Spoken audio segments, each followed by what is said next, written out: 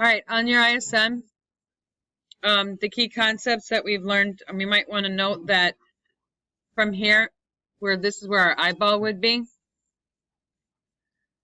and this is where we're coming from. I think I wrote, did I write that already on there? Okay, I just didn't put the eyeball, so if you like the eyeball, go ahead and put that eye there. Then you would name this the opposite leg. This would be your hypotenuse because it's across from the right angle, and that would be your adjacent leg. And then I added in some more pictures for you to label. And I put theta there, and I put a B up here, and I said if theta now is moved up to the top right there, then what would the sides be named? Okay, so this one over here, you have a blank, and it would be your hypotenuse because it's across still from the right angle. Now, instead, this wouldn't be the opposite leg anymore because you're coming from angle B. That would be down here. And this one would be the adjacent leg. Okay, and then I wrote down on their label, opposite, adjacent, and hypotenuse. And you guys have been doing really well with this. I'm going to show you your quizzes from the other day in a few minutes after we've done our notes and we get started on some applications today. So now if this one, if you're coming from theta up here, that's like where you're looking, then the one down at the bottom would be opposite. The hypotenuse would be on the right-hand side because it's across from the 90, and the leg next to the theta would be the adjacent leg. And I made also another one going this way. And I put theta here. So this one would be your opposite. This would be your adjacent, and your hypotenuse across from 90 would be here. And then I made one more. And I put theta in the upper right. But then I'm just showing you all the different directions this could be turned. So the opposite leg would be over here now. The adjacent leg would be right next to it right here. And the hypotenuse is over on this right side. Okay, you didn't have to draw them all. You just had to label them. I already drew them for you. All set? Anybody still need this? No. And most of you already have this down pretty well. Anyway, so what we're going to just add to here, I did all those pictures to the right of this. Okay, and then if you would like to add in here that my mnemonic, instead of SOHCAHTOA, I said, let's talk about Oscar has a heap of apples. And it always follows how the calculator keys are on your calculator. This is just reminding you of what to do. Recall that the hypotenuse is the longest side and is located directly across from the right angle. And the steps to setting up your sine, cosine, or tangent is to locate your right angle, locate theta, which is usually a capital theta. That's a lowercase theta. Label triangle sides, choose the function, sine, cosine, or tangent, and cross multiply and solve. So let's do a few examples. If you're looking from the 60-degree angle on number 1, opposite would be where the x is. The hypotenuse is where the 13 is. So opposite and hypotenuse tells me to use the sine. So I write the sine of 60 degrees equals x over 13. We would think of this as a proportion, do cross products. So x equals 13 times the sine of 60. You type 13 sine 60 on your calculator. 13 sine 60.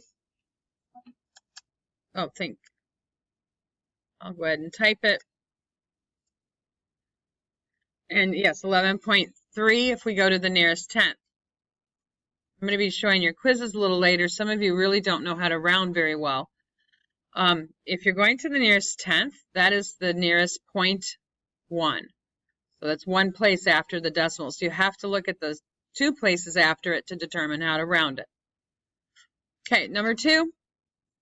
If you're looking from the 20-degree angle, then the opposite side is blank. The adjacent leg is where x is, and the hypotenuse is given to be 12. Adjacent and hypotenuse tells me to use the cosine. I'm going to write it up high because these are going to get kind of squished. Cosine of 20 then is equal to adjacent leg x over the hypotenuse 12. So that's going to give me x equals 12 times the cosine of 20. Everybody should be typing these in to make sure your calculator is giving you the right answers. And if it's not giving you what mine is, then you should be checking the mode. That one's also going to round to 11.3. Very similar to the last answer, but not the same. Although we're going to write it the same because that's what we're rounding to. Oh, and these would be in units, since they're not labeled. A lot of you forgot to do labeling as well on that last quiz. I'm going to start taking off on the next quiz. Got to have labels. Not that I take off. I don't mark the whole thing wrong or something. I wouldn't do something like that, but you should have labels. All right, so coming from the 61 on number 3, the opposite side is blank. The adjacent leg has a 14 on it, and the hypotenuse is an x. Okay, so cosine of 61 equals 14 over x. Adjacent leg over hypotenuse. So you might want to jot down what you're calculating on this, because we have to do cross products and get x times the cosine of 61 equals 14. And then we'd need another step. We would need to take 14 and divide it by the cosine of 61. 14 divided by cosine of 61 gives us, here we go, a length of 28.9 units. And I'll be doing number 5 right under it. Let's go ahead and do number 5 since we're over here. So if we're coming from this angle where the 18 degrees is, the opposite leg would be the x and the hypotenuse is 13. That would be the sine. So we do sine of 18 equals x over 13. Clean that up. We do cross products and we're going to get an easy one. X equals 13 sine 18.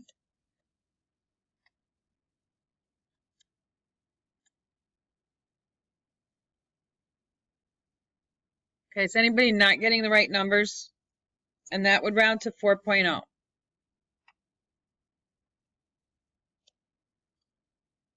And that units. All right, go for number 4. Coming from there, the 28 degrees, this would be your opposite, and hypotenuse is what we're finding. I got to use the sine again. Sine of 28 equals opposite 11 over x. So the calculation is not going to be like the previous problem. So x times the sine of 28 equals 11. Kylie, you okay? Do you already? I know. Did you finish this already? Oh, I just going too slow for you then. 11 divided by sine 28.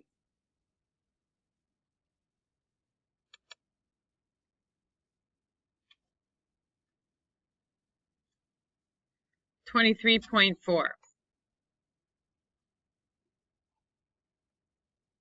units. And finally, the last but not least, if you're coming from 43 degrees here, opposite leg would be the x, and the adjacent leg is the 15, which is the tangent. We finally got a tangent. Tangent of 43 equals x over 15.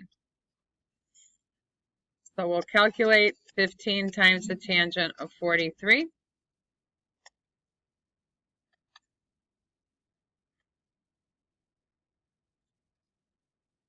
$13.98, or about 14.0 when you round to the nearest tenth. Because the 8, I want to make sure we understand why. The 8 rounds the 9. If you pay attention, please, to rounding, because some of you really don't do this. You maybe didn't learn it very well. 9 has an 8 behind it, so we have to round the 9 up to 10, which is where I get the 0, and then I have to raise the 3 to a 4. Okay, 4.0, 14.0 is showing you know it's rounded to the nearest tenth.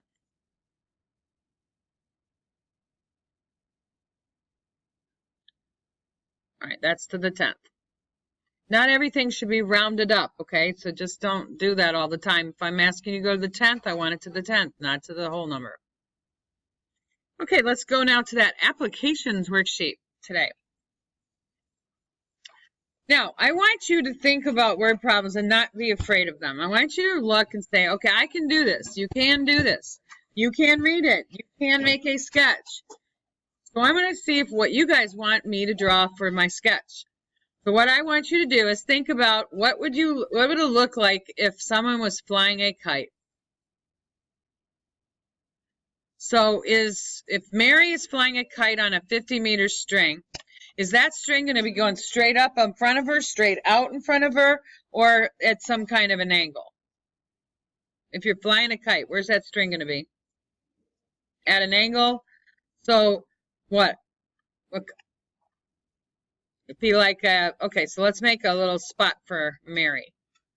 All right, if that's where Mary is, then she's flying a kite on a 50-meter string. The string is obviously attached to the what? Kite. The kite. So, out, do I go straight up, straight to the right, or out? Out. When you're flying a kite, it's not going to be right straight up above you, right? That's a rarity. Okay, that'd be it's pulling away from you based on the wind, okay? So that's 50 meters. All right, so let's put that kite up here in the air. All right, now think about the rest of it. The string is making a 50-degree angle with the ground. Well, I guess Mary is lying down then. I don't know. Because, yep, so I'm just going to draw her casually hanging out on the ground. Okay, so she's holding it on the ground. What? Makes it more funny. I get you to pay attention. All right, so here's my ground. How high above the ground is the kite? Where would you draw that? What's logical? How high above the ground is the kite?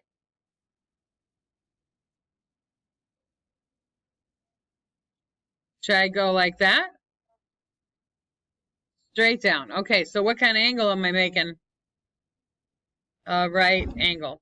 All right, we want to know how high above the ground that is.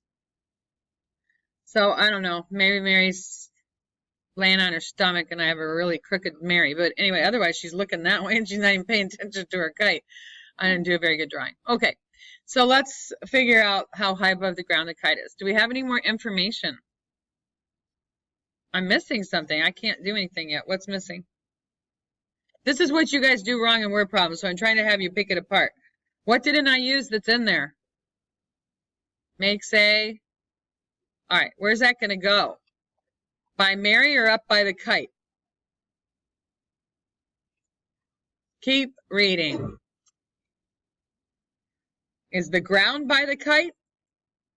No, it's by Mary. It's got to be by Mary, okay? That's what I'm talking about. You got to read carefully, read. Just make it make some sense to what it says. All right, so we got a good picture now. Now, what's the matter? All right, opposite would be your x, hypotenuse would be your string, and so that's my sine. Opposite and hypotenuse is a sine. Sine of 50 equals x over 50. Okay, calculate please and write down your solution.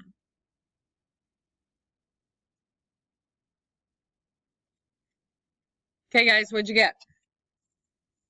I should be able to call on anybody in the room right now and get that answer. 50 sine 50. Okay. Chloe, got it? Yes, Harmon. Oh, no, I said Harmon and I said Phillips. Okay, I'm looking at Phillips. Chloe Phillips. 38.3. Are you guys agreeing? Okay, and what is that label that should be on there that we need on all our word problems? Meters. Okay, do you realize a meter is a little bit more than 3 feet? So, thus it could make it mean something to you. Bless you. Like that's over 100 feet up in the air. Okay, this one is really straightforward. The length and width of a rectangle are 10, because the picture's drawn for you. So, it says, what is, now this is where you want to look for your question. What is the measure of the angle formed by the diagonal?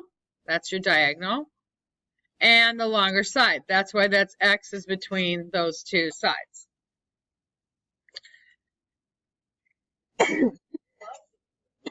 Excuse me. Okay, now what can I don't have enough stuff on this. We know a rectangle has right angles. Where I need some help. Set it up.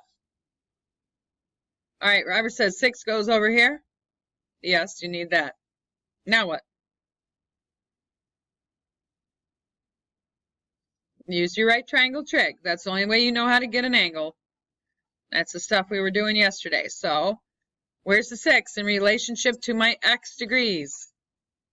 Yes, across, which is the opposite leg. And the one next to it is the adjacent leg. Now, the diagonal is the hypotenuse, but we don't have anything about that, so we're not using it. All right, so what's this ratio? Opposite and adjacent. The tangent. So the tangent of x equals 6/10. 6 over 10. What do I do when I find an angle measurement?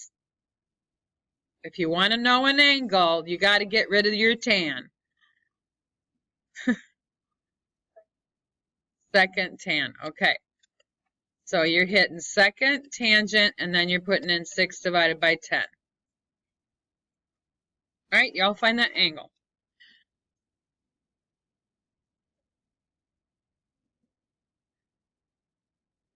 Okay. Angel, what is the angle measure? 31 what?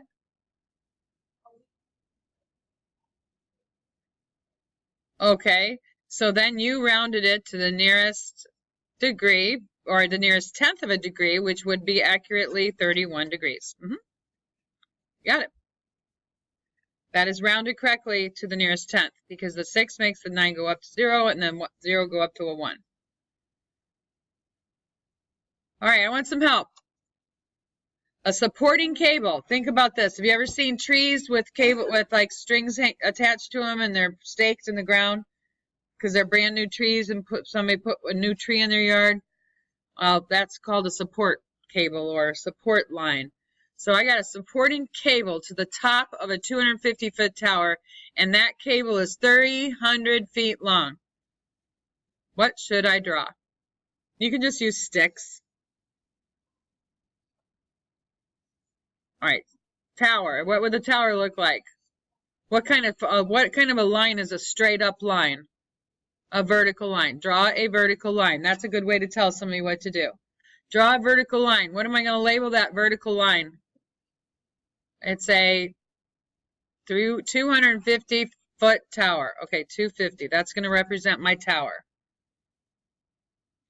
I got a supporting cable that goes to its top, and it is 350 feet long. Oh, I don't know why I said 350. I think I was thinking about my 250. 300 feet long. Where's that going to go? From here, where? Should I go straight down and do another one? No, I should go diagonally. Okay, that's a decent way to say it. All right, and that's my 300. So that's going to be attached to the ground out there somewhere. Okay, so I'll draw the ground. Then it says, what angle? Now you just got to read more carefully the last question. Here's your question. What angle, I got to find an angle, does the cable make with the ground? So put my X here or here. Or here. No, what's this? Okay, this is how you're drawing. All right, what else? Where's my X going to go? Describe it. Lower right or upper left? Lower right. All right. Did you draw it right before I got there?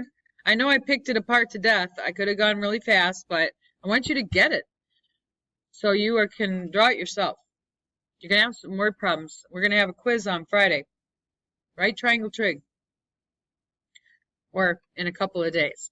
All right, now, ready to find your angle measure?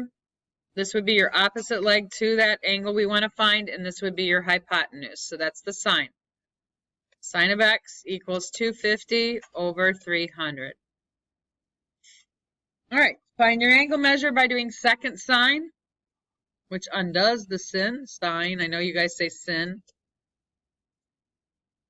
Actually, the sine. All right, can I get that angle measurement, please, Nathan?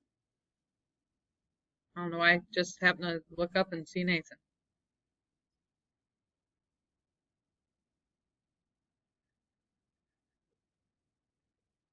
So, can you say that a little bit louder, hon? 56.4 degrees? Everybody good? Boom. All right. This one's already drawn for you. I don't really have a whole lot to teach you about this one. I mean, there's already an X on it. Just saying that a surveyor is 100 meters from the building. That's why this is there. The angle that he's looking up to the top of the building would be called an angle of elevation. They open upward from a horizontal line. We're going to talk about those tomorrow. If the surveyor's eye level is 1.55 meters above the ground, we want the total height of the building, and all we're going to get here, though, is this. Okay, so that's not enough, right?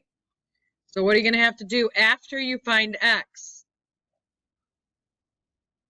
You're going to have to add, okay, so X plus the 1.55. All right, can someone give me a setup for finding X?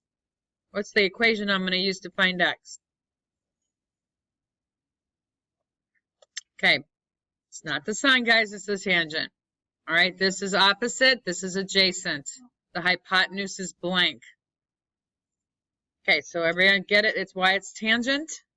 Tangent of 23 equals X over 100. All right, and once you get that answer, now you're going to have to add on the 1.55 to get the total height. Do it. And I want to know our final answer, please.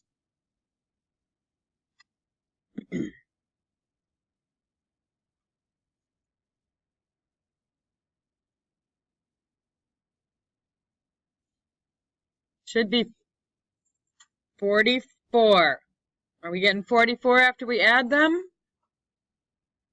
Okay, so your total height should be 44 meters. Don't subtract. You want to add the 1.55. Does anybody have a question or not getting that? If you're not getting it, I can show it.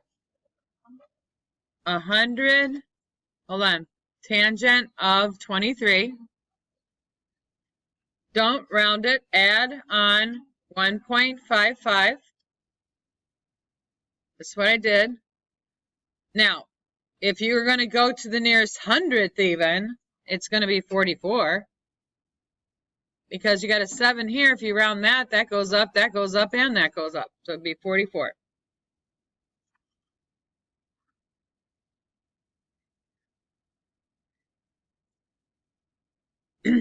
Okay, to secure a 500-meter radio tower against high winds, guy wires are attached. That's a guy wire is just like a support cable. Okay, that's what this is right here. It's attached to a ring that's 5 meters from the top. This is so not to scale. This picture is incredibly off as far as scale goes. The wires are form a 15-degree angle with the tower, which is really narrow, so I don't. And find the distance from the tower to the guy wire anchor in the ground. So the D is in the right place there. I've got 500 though, and it goes all the way to the top of the tower. In our little right triangles, we're going to need that. How big is the red mark I made right here?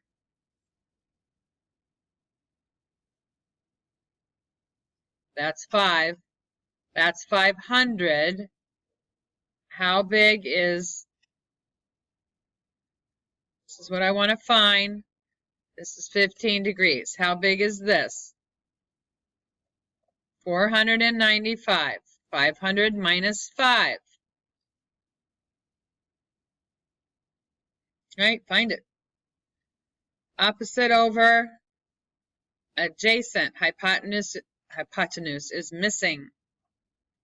Okay, so it's going to be the tangent again. The tangent of 15 equals D over 495. All right, you guys finish that one up, please. Okay, I'm thinking that everybody's good with 5, right? What was the answer? I paused for a while. Is this what you guys got? All right. All right, so now you went on 6. Were you confused on 6? Okay, if you read this, in meteorology, they're finding the vertical distance from the ground to the base of the clouds. So your clouds would be up here. And they shine a light up. So I want you to find this, how high up the clouds are. And that's important. Often there's like different reasons where they need to know the cloud ceiling. If you were taking like pilot lessons, they need to have them only so low before they'll even let you go out, because that's a visibility issue. All right, so anyway, this is just trying to figure out the height of the clouds. So he's standing 150 feet away. That would be on here too. And then they've got your angle. So we'll be able to find X, but we'll need to do something after we find X. What we need to do? Add. Okay, add on the 1.7 because his eyeballs are looking like that. All right, so it's opposite over adjacent. That's your tangent again. So you should have done tangent of 71.5 equals X over 150. And then afterwards, add your value of 1.7 to get the actual height of the ceiling. Okay, I'm sure you guys can calculate that. Number 7, the figure is already drawn for you as well. And that's another tangent. But the way you calculate it, okay, is anybody not ready to do number 7? Okay, opposite over adjacent. Just make sure that you do tan of 53 equals 318 over B. And that's going to require you to divide. So B times the tangent of 53 will equal 318, and you'll divide. To get B, you'll have to do 318 divided by the tangent of 53.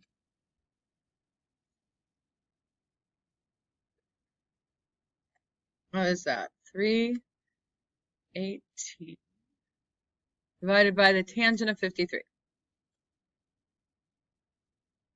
That 239.6 meters.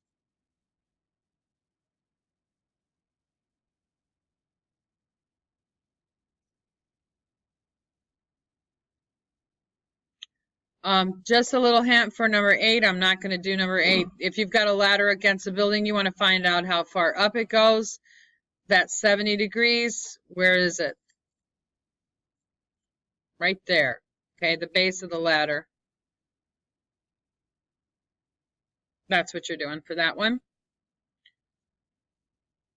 This one's self-explanatory. Number 9, I already did a kite problem, so I'm expecting you to do that.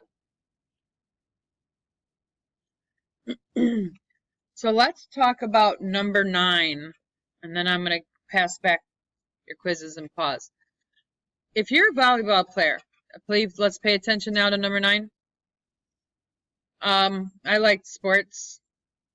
I played volleyball all through high school. Not that you need to know that we went state my senior year and second to state my junior year. I love volleyball. Anyway, if you got a volleyball player spiking a ball, obviously they're hitting it over the net, okay? So I'm going to make the net, basically, I'm just writing a vertical line to represent that. Now, it says they're going to spike it from a height of 2.44 meters, okay? So if you're going to hit the ball with your hand, it's up here, so I know it's a weird looking hand, so I'll give it a thumb. Okay, jeez, horrible. Now, if you're going to hit the ball and the court is 9.4 meters away, the end of the court, you're still in if you hit the line, right? Okay, so you want to see that ball be within that distance, right? So if she hits it at it's too big of an angle, of course it's a girl, she hits it at too big of an angle, then it could be, or too small of an angle, I should say, and I'll explain why. it might go out of bounds. You got to get some angle on it. Does that make sense? To get it to go down. You want the ball to go down. So I'm trying to make you think about this logically. So where is the actual angle that you're hitting it? Is it here or is it there? If your hand's hitting that ball, how are you sending the ball? You're sending it down, right? The angle you're going to make isn't here, is it? Does that make sense? Look, you're going like that, aren't you? The trajectory of the ball is this. So the angle is right here. Follow me? So, where else can I put that angle?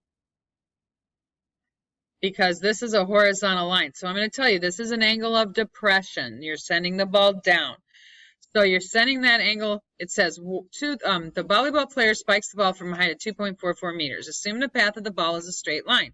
To the nearest degree, so sometimes you curve them, you put some spin on it.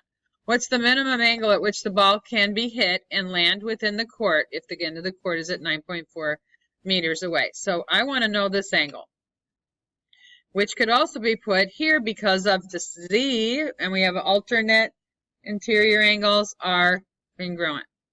Let's do tangent. So it's going to be the tangent of x equals 2.44 divided by 9.4. You're going to hit second tangent and find that angle, please.